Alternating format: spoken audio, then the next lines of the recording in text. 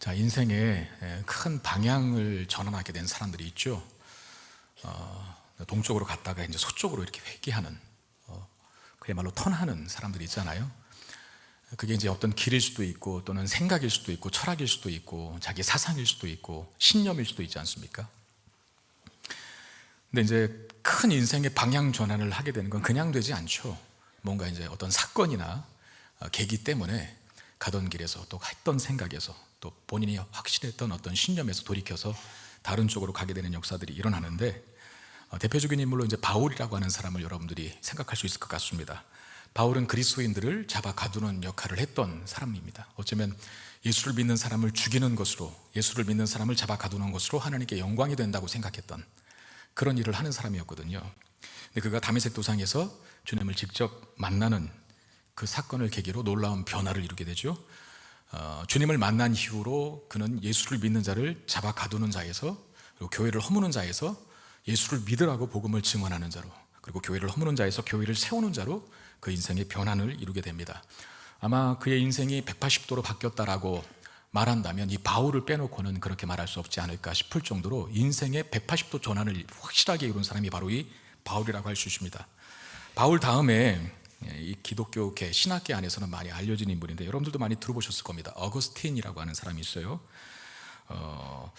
바울 다음으로 기독교 신학을 정립하는 데 크게 공헌했던 인물, 그러니까 바울의 어떤 이 말씀을 근거로 한 신학적 사상들이 계속해서 전수되어 올 때 지금 우리가 믿는 교리들, 어떤 신학을 체계화했던 데 크게 기여한 사람이 바로 이 어거스틴이라고 할 수 있는데, 근데 이 사람이 처음부터 그렇게 훌륭한 인물은 아니었습니다. 청년 시절에 어거스틴은 어떤 이 성적인 욕망과 욕구가 너무 강해서 늘 사창가를 들락날락했다 그래요. 그러다가 18살에 창녀에게 임신시켜서 사생아를 낳기도 했던 그런 일을 했던 사람이라고 합니다. 그리고 심지어 마니교라고 하는 이단에 심취해서 혼합 종교를 따르는 사람이었던 자로 그렇게 알려져 있는데, 마니교라고 하는 말, 만이라고 하는 사람이 이름을 딴 종교라고 해요. 여러 잡다한 종교들이 혼합된 종교라 이걸 뭐 종교라고 할 수 그냥 사이비라고 해도 맞는데, 그 사이비에 몸담았던 사람이 어거스틴이거든요. 마니아라고 하는 말, 그 마니교에서 나온 말입니다. 우리가 뭘 좋아할 때 마니아라고 하잖아요. 그 마니아에서, 마니교라고 하는 말에서 나온, 유래되었다는 설도 있을 정도입니다. 근데 그가 32살 되던 해 여름에 조용히 이제 혼자 있고 싶은 충동이 일어서 자신이 묵고 있던 집 정원으로 나갔어요. 그때 이제 옆집에서 노래를 부르는 듯한 어떤 아이의 목소리가 들리는데, 그 노래소리가 톨레레게 이렇게 들리더랍니다. 이 책을 집으라, 이 책을 집으라. 근데 그게 아이의 음성으로 노래에서 가사 한 말로 전달되기는 했지만 어거스틴의 마음에 하나님의 음성이다 라고 하는 이상한 확신이 들어서 이 책을 집으라, 이 책을 집으라라고 하는 말을 듣고 성경책을 집어서 폈더니 로마서 13장 13절 14절 말씀이 나온 겁니다. 낮에와 같이 단정히 행하고 방탕하거나 술 취하지 말며 음란하거나 후색하지 말며 다투거나 시기하지 말고 오직 주 예수 그리스도로 옷 입고 정욕을 위하여 육신의 일을 도모하지 말라라고 하는 이 말씀, 이 말씀 때문에 어거스틴이 회심하거든요. 그리고 정말 참신한, 그 착실한 독실한 기독교인이 돼서 훗날 기독교 신학을 체계하는 위대한 신학자로 쓰임받게 됩니다. 자, 바울과 어거스틴 이 두 사람의 공통점이 있는데, 인생의 방향을 전환했다는 것과, 그리고 그렇게 방향을 전환하게 된 결정적인 계기가 바로 예수님을 만났다라고 하는 것, 말씀 속에 찾아오신 예수 그리스도를 인격적으로 만났기 때문에 아주 한도 끝도 없이, 끝간데 없이 악한 길로 수렁으로 떨어지다가 그야말로 생명길로, 광명의 길을 찾았다라고 볼 수 있는 두 사람인데, 자, 오늘 본문에도 예수님으로 인해서 놀라운 변화를 일으킨, 인생의 방향 전환을 일으킨 두 사람이 등장합니다. 우리가 지난 시간부터 계속 본 이 엠마오의 길을 가고 있는, 엠마오로 향하는 길을 가고 있는 이 두 제자가 그 사람인데, 자, 예수님이 그들도 모르는 사이에 그들과 동행하고 그들이 나누는 주제에 대해서 묻지 않습니까? 그래서 예수님께서 그들에게 잘못 알고 있는 성경에 대해서 제대로 가르침을 주셨죠. 모세와 선지자의 글, 즉 구약 성경이 어떤 의미를 담고 있는지를 예수님께서 이 엠마오로 향하는 두 제자에게 가르쳐 주셨어요. 노상에서 그 모든 성경이 메시아를 가리키는 것이다 라고 가르쳐 주셔야만 했는데, 왜 그래야 했습니까? 그 두 사람 중에 한 사람이, 그 두 제자 중에 한 사람의 이름이 오늘 본문에 등장했는데, 어제의 본문에, 지난주 본문에 글로바라고 하는 사람이었지 않습니까? 글로바가 예루살렘에서 일어난 예수님에 관한 일에 대해서 설명을 했습니다. 근데 글로바가 예수님에 관한 일을 설명할 때 다 갖췄어요. 예수님은 놀랍게 가르치는 가르침을 가르쳤고, 그 다음에 예수님은 기적을 행하셨고, 그런데 예수님이 종교 지도자들의 모함과 시기 때문에 십자가에 달려 죽으셨다. 그리고 무덤에 찾아가 보니까 무덤이 비어 있었다까지. 그러니까 글로바가 예수님에 관해서 말한 내용이 틀린 게 없고, 모든 내용들이 다 진실한 것이었습니다. 그런데 오직 한 가지가 빠져 있었다 그랬죠. 그게 뭡니까? 부활은 그가 얘기를 안 하고 있어요. 그러니까 여러분, 제가 말씀드렸지만 부활을 믿지 못하는 복음은 복음이 아닙니다. 여러분, 믿지 않는 세상 사람들도 예수님 죽었다는 건 믿어요. 예수님 십자가에 달려 죽었다는 거 불신자들한테 찾아가서 얘기해 보세요. 내가 그거 믿을게, 믿는다고 말하거든요. 근데 예수님이 다시 살아나셨다, 부활하셨다라고 하는 것을 얘기하면 그 사람들이 믿습니까? 안 믿죠. 그런 복음은 복음이 아니고, 그런 진리를 믿어봤자, 반쪽짜리 진리를 믿어봤자 그 진리가 구원을 일으키지는 못합니다. 그러니까 완전한 복음, 완전한 진리는 예수 그리스도의 십자가 죽음뿐만 아니라 그 십자가 죽음을 통과하여 부활로 살아나신 예수님을 믿는 믿음이, 그 진리를 아는 지식이 진정 복음적 지식이고, 그 복음적 지식이 구원을 이룰 수 있다는 겁니다. 근데 글로바는 예수님이 죽은 것까지는 이해하고 알고 있는데 부활하신 것은 인정하지 않고 있죠. 모르고 있습니다. 반쪽짜리 복음을 갖고 있다는 거예요. 그래서 필연적으로 반쪽짜리 복음을 가진 인생은 낙심하고 좌절하고 절망할 수밖에 없거든요. 그래서 이 사람들이 있던 곳 예루살렘에서 어디로 갔다 그랬어요? 엠마오로 향해 가고 있는 그 길, 기뻐서 가는 게 아닙니다. 뭐 고향 가서 무슨 나 승리했노라고, 나 출세했노라고 자랑하려고 간 게 아니라 이제 다 끝난 거예요. 끝났다고 생각하고 모든 꿈들이 수포로 돌아갔다 생각하고 간 길이 엠마오 도상이었다는 겁니다. 근데 그런 두 제자에게 예수님은 구약 성경에 있는 메시아에 대해서 자세히 설명해 주십니다. 야, 메시아는 죽는 거로만 끝나지 않아. 너희들 구약 성경 못 봐서 그렇게 많이 쳐다봐 놓고서 왜 메시아가 다시 살아날 것이라고는 믿지 않아? 라고 하면서 책망하시는 내용. 자, 누가복음 24장 26절에 이런 말씀이 있었어요. 그리스도가 이런 고난을 받고, 십자가에 죽고, 그리스도는 여기 메시아를 말하는 단어입니다. 메시아가 이런 고난을 받고 자기의 영광에 들어가야, 그 영광에 들어간다는 게 뭡니까? 죽음으로 끝나는 게 아니라 메시아는 부활한다 라고 하는 말 아니겠어요? 그리스도가 이런 고난을 받고 자기의 영광에 들어갈 것이 아니냐 그랬어요. 메시아는 고난받고 끝나는 것이 아니라 부활까지 이르른다. 그게 구약 성경에 기록된 그리스도, 즉 메시아에 대한 예언이다. 왜 그걸 못 믿냐? 라고 하면서 책망하셨죠. 그러니까 성경에 대해서 잘 알지 못하고 있는 이 두 제자에게 예수님께서 성경을 완벽하게 그리고 제대로 가르쳐 주신 겁니다. 자, 이렇게 가르치면서 길을 가시다가 어느덧 이 두 제자의 목적지 어디예요? 엠마오라고 하는 마을에 다 이르렀던 것으로 보입니다. 근데 예수님은 엠마오가 목적지가 아닌 것 같아요. 예수님은 길을 더 가시려고 하는데 이 두 제자가 붙잡습니다. 자, 29절 말씀입니다. 그들이 강권하여 이르되 우리와 함께 유하사이다. 때가 저물어가고 날이 이미 기울었나이다 하니 이에 그들과 함께 유하러 들어가시니라 그랬어요. 예수님 못 가게 붙잡았다는 거죠. 그리고 강권이라고 하는 말 있지 않습니까? 그 단어. 그냥 대충 부탁하는 게 아니죠. 아주 강력하게 바지자랑이 끌고 늘어지면서 제발 가지 말아달라고, 우리와 좀 함께 있자라고 부탁을 하는 건데, 자, 물론 이 시점까지도 이 사람들은, 이 두 제자는, 엠마오로 가는 두 제자는 예수님인 줄 알아보고 있습니까? 못 알아보고 있습니까? 못 알아보고 있어요. 이때까지도 지금 강권하면서 우리와 함께 유하사이다라고 말하고 있는 그 대상이 말씀을 잘 가르쳐주는 어떤 낯선 선생님 정도로만 알고 있지, 그가 예수 그리스도라고 하는 사실은 아직까지도 모르고 있는 상황입니다. 그럼에도 왜 자신들과 이 사람들은 자꾸 예수님에게 자신들과 머물러 달라 그렇게 부탁한 이유, 그렇게 강력히 요청한 이유는 무엇 때문일까요? 뭐가 있으니까 그러지 않겠어요? 정말 낯선 사람이었는데 어떤 구약 성경의 그 메시아에 대한 내용들을 잘 설명해 주는 것들을 듣고 더 갈급함이 생긴 거죠. 예수님 전한 말씀에 깊은 감명을 받았던지 궁금증이 생겼던지, 아무튼 그분의 말씀을 자신들이 생각하기로 탁월한 선생처럼 보이는 그 사람의 구약 성경을 가리키는 그 말씀을 더 깊이 있게 듣고 싶어서 강권하여 청하는 겁니다. 밤도 늦었으니까 우리와 함께 좀 머물러서 하룻밤 유숙하고 가시라고. 저에게도 이런 경험이 있었습니다. 제가 부교육자 시절에 청년들 데리고 중국 단기 선교를 간 적이 있거든요. 그때만 해도 시진핑이 집권한 지 얼마 안 돼서 선교 활동에 대한 단속이 굉장히 심했던 때예요, 중국에서. 근데 지금 그때 이후로 중국 선교가 회복이 안 되고 있어요. 그거 아세요? 요새 단기 선교 중국으로 가는 팀 거의 없습니다. 옛날에는 얼마나 많이 갔는지 몰라요. 근데 시진핑이 집권하고 나서 종교국장을 바꿔 세웠는데, 그 종교국장을 거의 어떤 계획적으로 세운 건데 기독교 선교에 대한 철저한 단속을 주문해서 세워줬다 그래요. 그때 이후로 지금 중국 선교가 거의 초토화되었습니다. 그때 당시가 그런 시점이었거든요. 이제 출발하기 전에 담임 목사님께서 저에게 당부의 말씀을 주시는데, 전지호 목사, 절대 가서 설교하면 안 돼. 공안은 여기저기 숨어 있다는 거예요. 잠입해서 비밀 요원처럼 걸리면은 끝장이라고, 다 잡아간다고. 골치 아픈 일 만들지 말고 가서 그냥 격려하고 위로만 하고 선물 주고 돌아오라고 청년들 데리고 갔거든요. 알겠다 그랬어요. 근데 혹시 몰라서 설교를 3편 정도 준비를 갔습니다. 그리고 현지 선교사님의 안내에 따라서 저희 선교를 간 거예요. 혹시 몰라서 설교를 준비해가지고, 목회자가 하는데 어떻게 또 설교를 안 할 수가 있겠어요. 알겠다고 했지만은 설교할 기회가 있을 것 같아서 설교를 3편 준비하고 갔는데, 출발했습니다. 도착했습니다. 그리고 며칠 지났는데 이제 그 선교사님의 가이드에 따라서 이 마을 어떤 산속 깊숙한 곳으로 차를 타고 한참을, 비포장도로를 숲속으로 들어가는 거예요. 한참을 들어갔는데 큰 정비구, 그냥 정비구, 보통 크기가 아니라 왜 자동차 고치는 정비구 있잖아요.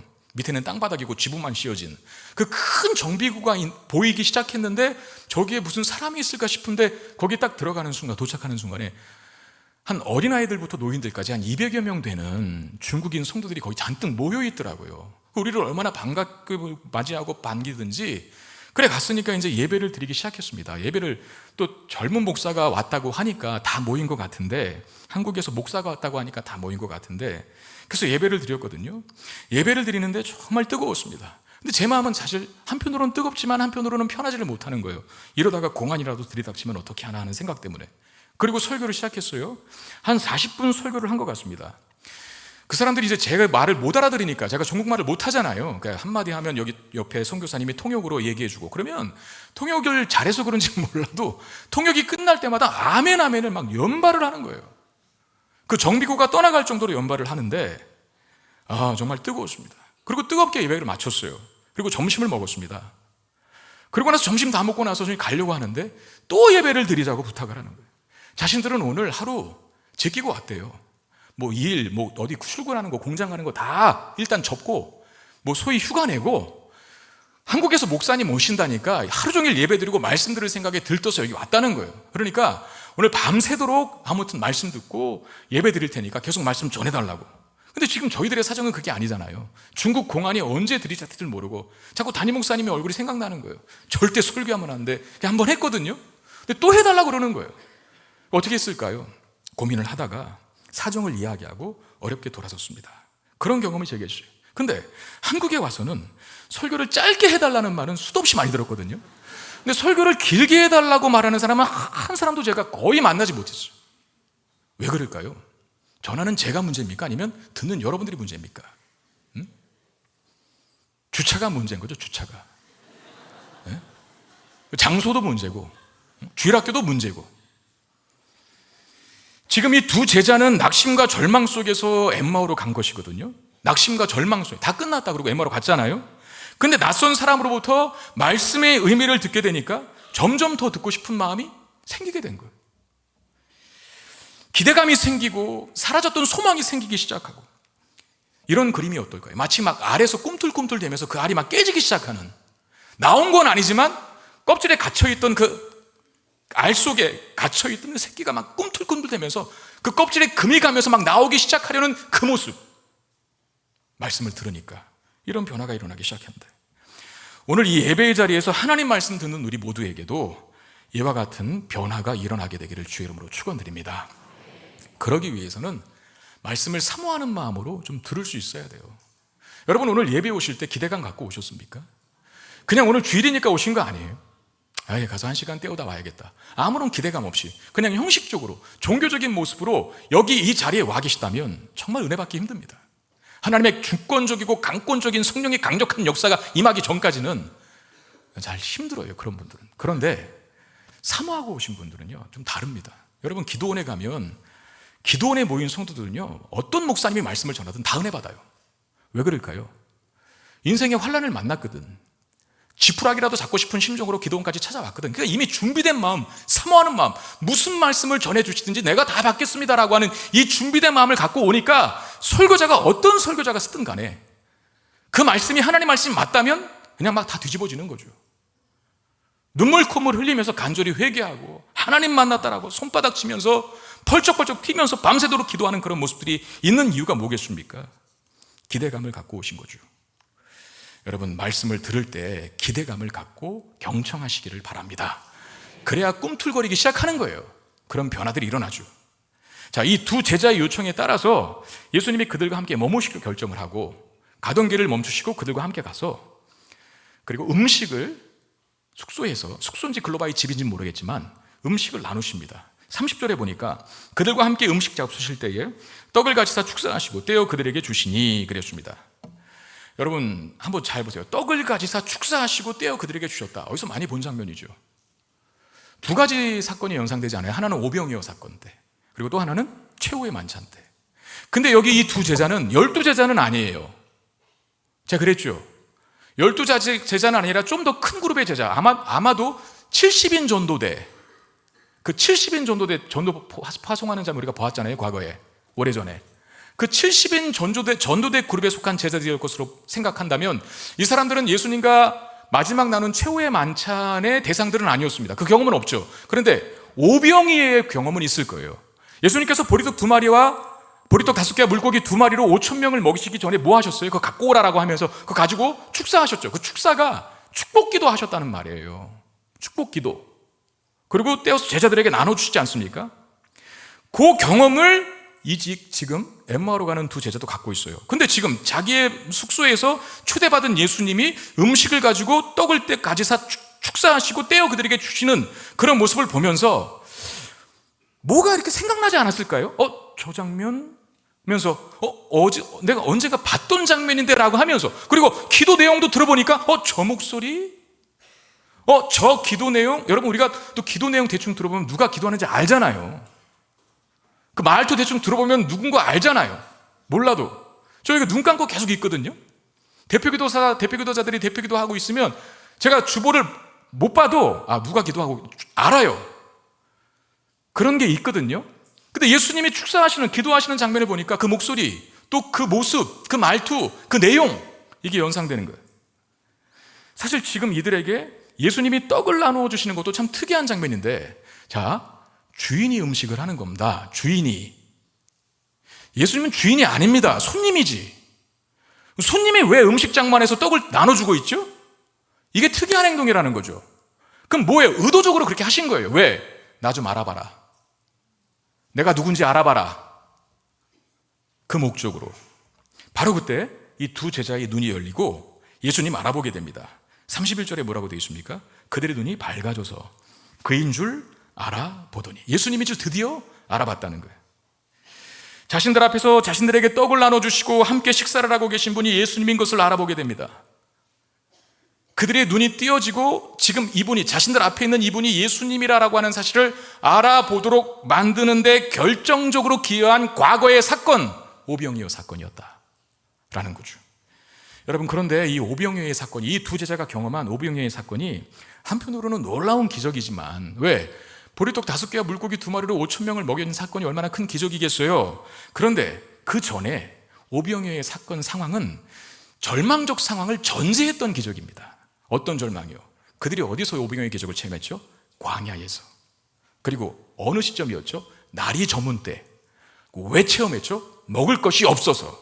자, 광야, 날이 저문, 먹을 것 없다. 이게 인생의 고난 아니겠어요?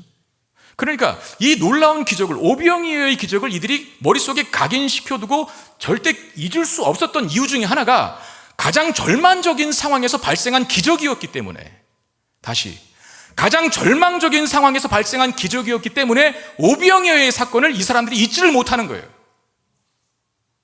평범한 상황에서 나타난 기적이 아니라 가장 절망적인 상황 속에서 나타난 기적이었기 때문에 그렇습니다. 저는 그런 생각을 해봅니다. 우리에게 주어지는 모든 힘들고 어려운 사건들이 결코 쓸모없는 것은 하나도 없다라는 거.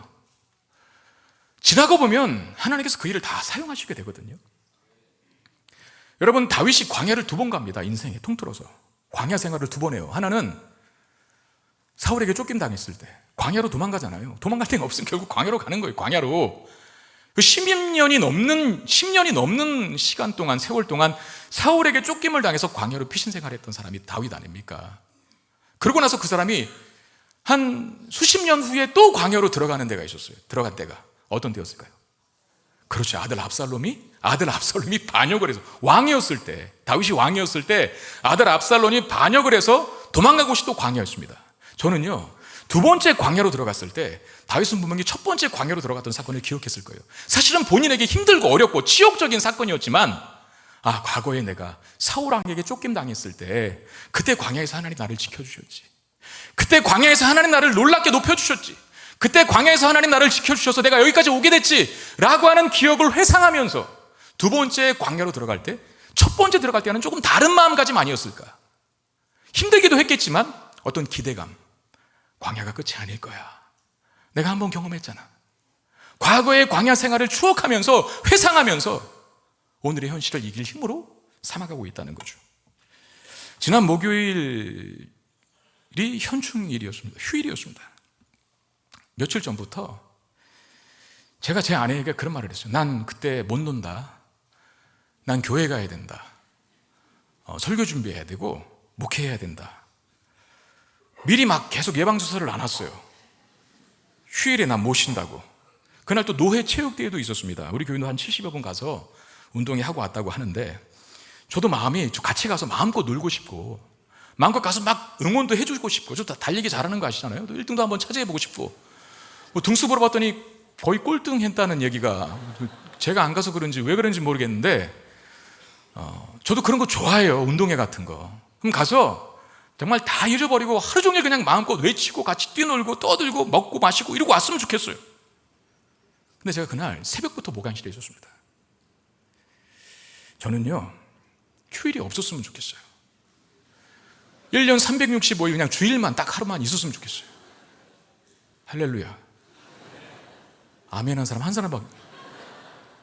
다행입니다. 일부 때는 아무도 아멘을 안 했어요. 충격적이게. 우리의 마음. 근데 저의 마음은 그래요. 저만 손해보는 것 같아요. 공휴일에는 항상. 저는 부교육자 때부터 공휴일을 공휴일답게 놀아본 적이 손꼽습니다. 왜냐하면 엄청나게 많은 일들이 있었거든요. 제 보직을 한번 얘기해 드리면, 저 행정을 맡았고요, 김진덕 목사님이 하시는 일, 청년부를 맡았고요, 전성은 목사님 하시는 일,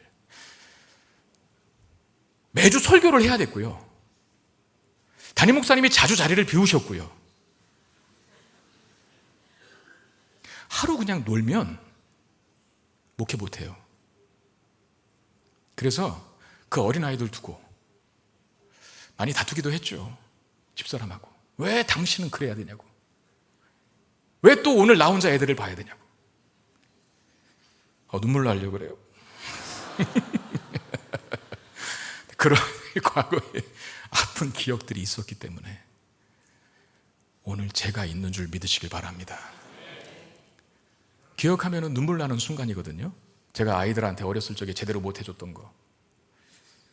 근데 그때 가족이 참아줬고, 그런 어떤 좀 기억하기 싫지만 그런 저의 인생의 어떤 과거의 좀 아픈 추억들이 지금의 저를 만드는 데 기여했다고 저는 생각합니다. 하나님이 그 시간을 통해서 나를 준비시킨 것이죠.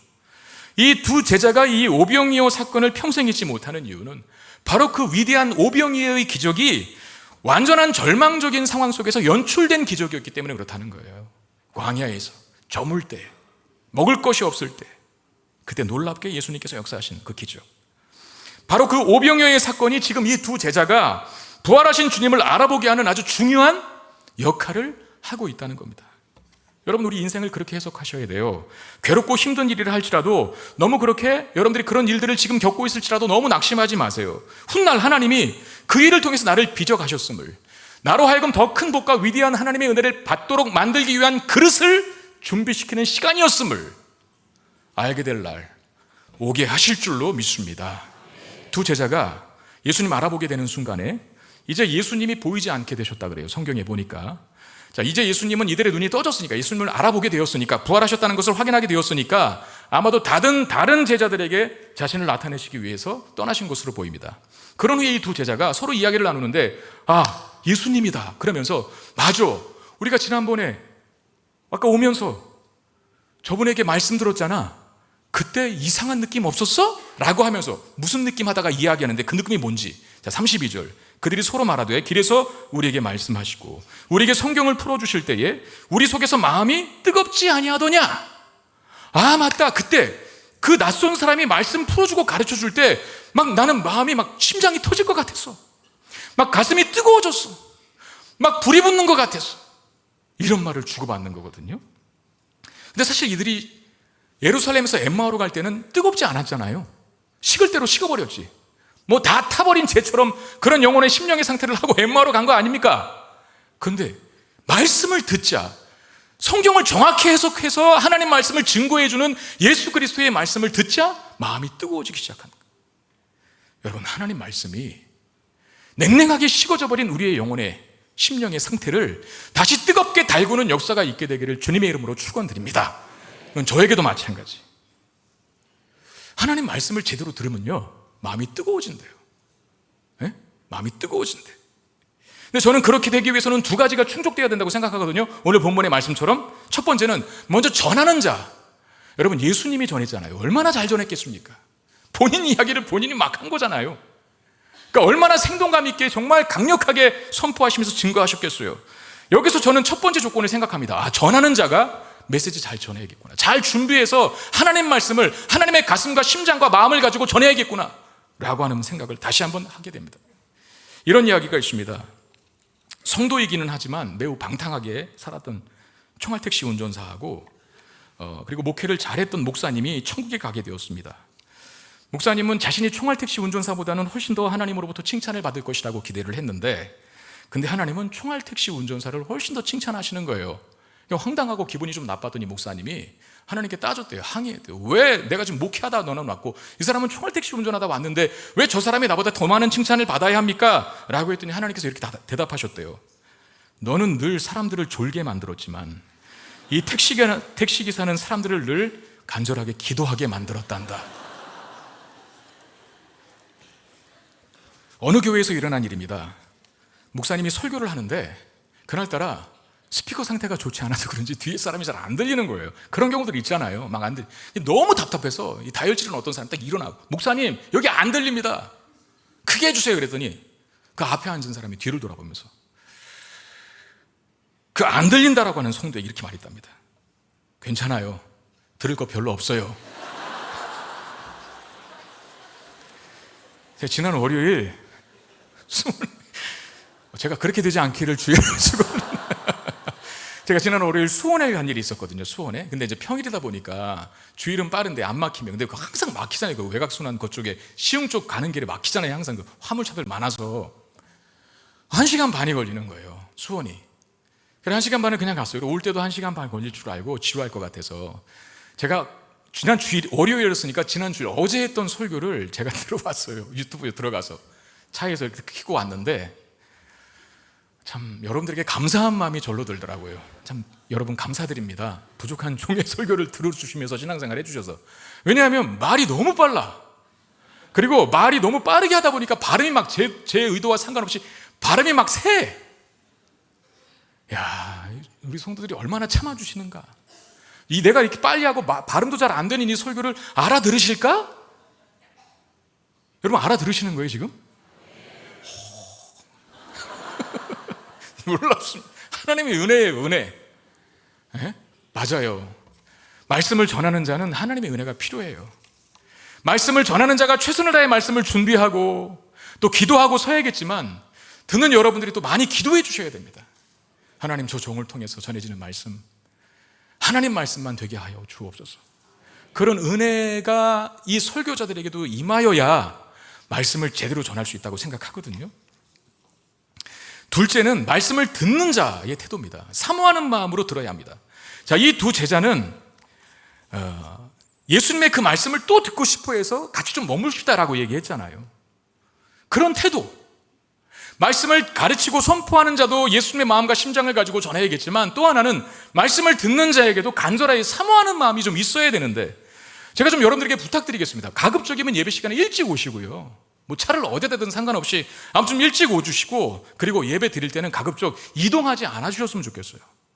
뭐 어쩔 수 없는 생적인 현상 때문에 나가야 할 상황이 발생한다면 조심스럽게 당당하게 나가지 마시고 폴더하고 가세요. 폴더로 허리 반 꾸비고 그러고 가셔야 돼. 맞는 거예요. 그게 왜냐하면 방해되거든요. 분명히 시야에 뭐가 들어오면 그게 방해가 왜 안 되겠어요? 뭔가 시야에 딱 들어오는 순간에 집중이 깨지는 거예요. 그 사람 보니까. 그리고 휴대폰도 울릴 수 있지만 최대한 휴대폰도 좀 조정을 해주시고, 심지어 어떤 분은 배를 울리는데 거기서 받고 앉아있어요. 예배 시간에. 저는 도대체 무슨 정신으로 그렇게 교회에 오시는지는 모르겠는데 그거 안 됩니다. 예배 시간에 조실 수 있지만 여러분 최대한 주일은 피곤하지 않게 여러분 토요일을 좀 컨트롤하는 게 필요해요. 일찍 좀 주무시고 무리한 일 하지 마시고, 어쩔 수 없다면 어쩔 수 없는 일이라면 모르겠지만 최대한 전날은 주일을 준비하느라 보내셔서 피곤하지 않게 맑은 정신으로 이 시간 예배에 임할 수 있도록 해야 되죠. 그러니까 말씀을 들을 때 마음이 뜨거워지는 게 당연한 거거든요. 두 가지 조건이 필요하다고 그랬어요. 말씀을 전하는 자가 잘 전해야 돼요. 그리고 또 하나, 말씀을 듣는 여러분들의 마음도 사모하는 마음이 있어야 돼요. 그러면 종을 통해서 선포된 말씀을 통해서 우리의 마음이 불같이 뜨거워지게 될 줄로 믿습니다. 자, 그렇게 뜨거워진 이 두 제자들의 다음 행동은 뭡니까? 33절에 곧 그때로 일어나 예루살렘에 돌아가 그랬는데, 자, 어디로 돌아갔다고요? 이 사람들이 어디서 왔어요? 사실은 예루살렘에서 지금 엠마오로 간 거거든요. 근데 놀라운 것은 다시 예루살렘으로 돌아가는데 언제 돌아갔다 그래요? 곧 그때로 일어나 그랬어요. 다시 말하면 그 즉시 일어났다 그랬어요. 여러분 생각해 보세요. 이때 밤중입니다. 왠지 아세요? 예수님과 밤에 유하라 그랬잖아요. 날이 이미 저물었으니 밥 같이 먹읍시다, 그런 거거든요. 그리고 유대인들은 식사 한번 하는데 걸리는 시간이 최소 기본 2시간이래요 2시간. 그럼 밥 준비하랴, 뭐 식사하는 시간 끝났다, 그럼 2시간이 훌쩍 지난 시간, 2-3시간이, 그럼 반 깊은 시간이었을 거거든요. 아무리 예루살렘 가서 다시 부활의 예수님을 전한다 하더라도 11km를 다시 걸어서 올라가야 돼. 밤길에 그냥 잠자고 내일 아침 일찍 가자 이럴 수 있거든요. 한숨 자고 좀 피곤히 가신 다음에 다시 올라가자라고 할 수 있는데, 빠른 걸음으로 돌아가도 3-4시간 걸리는 거리를 왜 밤중에 그 즉시 바로 일어나 돌아갔을까? 그런 무모해 보이는 행동을 왜 하게 된 걸까? 35절에 보니까 이렇게 말씀합니다. 두 사람도 길에서 된 일과 예수께서 떡을 떼심으로 자기들에게 알려지신 것을 말하더라. 부활하신 예수님 만났잖아요. 이들이 예수님 알아봤잖아요. 드디어. 그게 너무 기뻐서, 너무 감격스러워서 빨리 예루살렘으로 돌아가서 제자들에게 부활하신 예수님 우리가 만났다, 예수님 죽지 않고 살아나셨다 라고 전하고 싶은 그 마음이 너무나 커서 그 한밤중에 그 즉시로 일어나서 예루살렘으로 돌아간 겁니다. 여러분 생각해 보십시오. 예루살렘에서 엠마오로 가는 걸음 얼마나 무거웠을까요? 마음도 천근만근이었지 않겠어요? 왜? 다 끝났다고 생각했으니까. 모든 희망이 물거품된 상태에서 가던 장소 목적지가 엠마오니까 그 마음과 발걸음은 천근만근이었을 거예요. 그런데 엠마오에서 예루살렘으로 다시 올라가는 그 걸음도 마음도 깃털처럼 가벼웠을 겁니다. 이렇게 가는 길에 방향전환을 일으킨 거, 마음의 방향전환을 일으키게 한 건 뭡니까? 무엇 때문에? 부활하신 예수님을 만났기 때문이죠. 드디어 글로바의 반쪽짜리 복음이, 즉 죽은 것만 알고 있었던 글로바의 반쪽짜리 복음이 부활하신 예수 그리스도를 만남으로 인하여서 완전한 복음이 된 겁니다.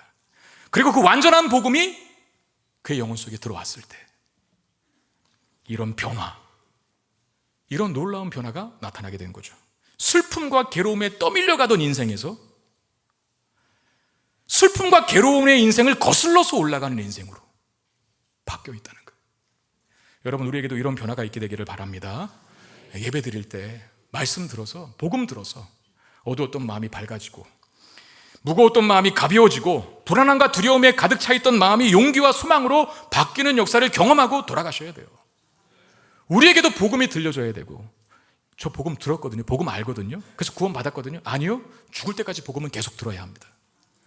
우리를 위해 십자가 죽으신 예수 그리스도, 그리고 다시 부활하신 예수 그리스도에 대한 그 복음을 통해서 우리에게 다가오시는 예수 그리스도의 임재를 강력하게 체험해야만 고난과 풍파많은 인생을 떠밀려가지 않고 거슬러 올라가는 인생으로 바뀌게 될 줄로 믿습니다. 복음이 능력이에요. 예배의 자리에서, 기도의 자리에서, 말씀의 자리에서, 성도들과 나누는 교제의 자리에서 말씀 속에, 복음 속에 찾아오시는 예수 그리스도를 인격적으로 경험하십시오. 그것이 고난과 슬픔 많은 인생을 거슬러 올라가는 강력한 힘을 그리고 능력을 우리에게 제공해 주게 될 것입니다. 말씀 기억하며 찬양합시다. 우리의 한숨을 바꾸시고 우리의 눈물을 거두시며 노래로, 소망의 노래로 예수 그리스도만이 나의 승리의 주님이십니다 고백하게 바꾸시는 주님 내 안에 임재해 주옵소서라고 하는 마음을 담아서 함께 찬양합시다. 고달픈 삶의 은혜도 무뎌지고 곧 사라질 것에 내 맘 두네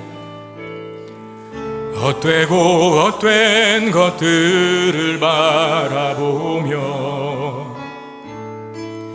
그 은혜를 놓치며 살았네. 주어진 삶을 묵묵히 살아가며 날 붙드신 주 예수를 보내 사망 가운데 놓여진 나의 삶을 날 건지신 그 이름 예수 나의 한숨을 바꾸셨네. 주를 향한 노래로 소망의 노래로 나의 눈물을 거두신 주 예수 이름 안에 살게 고달픈 삶의 은혜도 무뎌지고 곧 사라질 것에 내 맘 두네 헛되고 헛된 것들을 바라보며 그 은혜를 놓치며 살았네. 주어진 삶을 묵묵히 살아가며 날 붙드신 주 예수를 보내 붙드신 주 예수를 사망 가운데 놓여진 나의 삶을 사망 가운데 놓여진 나의 삶을 날 건지신 그 이름 아멘. 나의 한숨을 바꾸셨네. 나의 한숨을 바꾸셨네. 주를 향한 노래로 소망의 노래로 나의 눈물을 거두신 주 예수 이름 안에 살게 나의 한숨을 바꾸셨네. 나의 한숨을 바꾸셨네. 주를 향한 노래로 소망의 노래로 나의 눈물을 거두신 주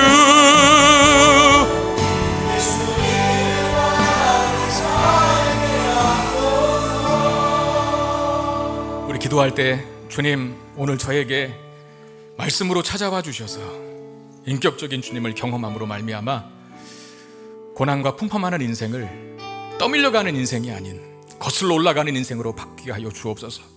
복음을 통하여서 예수 그리스도를 만났을 때 갖게 되는 그 능력과 힘을 나에게도 주시사 세상에 지는 자가 아니라 세상 속에서 승리하는 그리스도인으로 사는 복과 은혜 이 시간에 내게 달라고 이 마음으로 간절한 마음으로 기도하는 시간 갖겠습니다. 기도하겠습니다.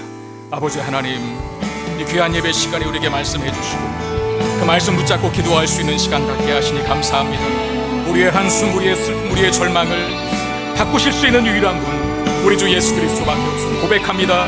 주여 말씀으로 이 시간 예배 가운데 임재하심으로 찾아와 주셔서 우리 각 사람을 만나 주시고 우리의 마음과 심령이 복음으로 부활하신 예수 그리스도의 능력과 은혜로 채워져서 고난 많고 풍파 많고 환난 많은 이 세상을 떠밀려가는 인생이 아니라 거슬러 올라가는 인생으로 살아갈 수 있도록 도와주시옵소서. 예루살렘에서 엠마오로 가는 인생에서 엠마오로 다시 예루살렘으로 돌아가는 하나님의 사람들이 될 수 있도록 주여 은혜 내려 주옵소서. 능력을 베풀어 주시옵소서. 우리의 한숨을 우리의 눈물을 거두시고 닦아주시는 주님의 손길, 주님의 위로, 주님의 격려 받게 되기를 원합니다. 오 하나님, 오 하나님, 우리 하나 되게 하시옵소서. 주의 길 걷는 우리가 되게 해 주시옵소서. 주님 믿습니다.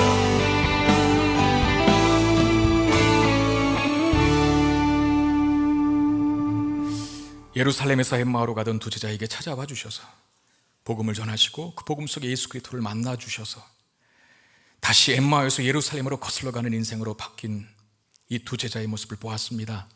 하나님, 우리에게도 이 예배의 자리에서 주님, 우리의 마음과 심령 속에 살아계신 예수님께서 인격적으로 만나 주셔서 복음이 우리의 심령 가운데 능력으로 채워지게 하셔서 고난 많고 풍파 많은 이 인생을 그냥 떠밀려가는 인생이 아니라 거슬러 올라가는 능력 있는 인생으로 살아갈 수 있게 해 주시옵소서. 예루살렘에서 엠마오로 돌아갔더라도 다시 엠마오에서 예루살렘으로 돌아가는 환희와 기쁨을 우리 모두에게 허락해 주시옵소서. 귀한 예물 받아주시고 드린 손길에 복을 주시되 한 주간도 하늘의 신령한 복과 땅의 기름진 복으로 채워 주시옵소서. 우리 주 예수 그리스도 이름으로 간절히 축복하며 기도드리옵나이다. 아멘.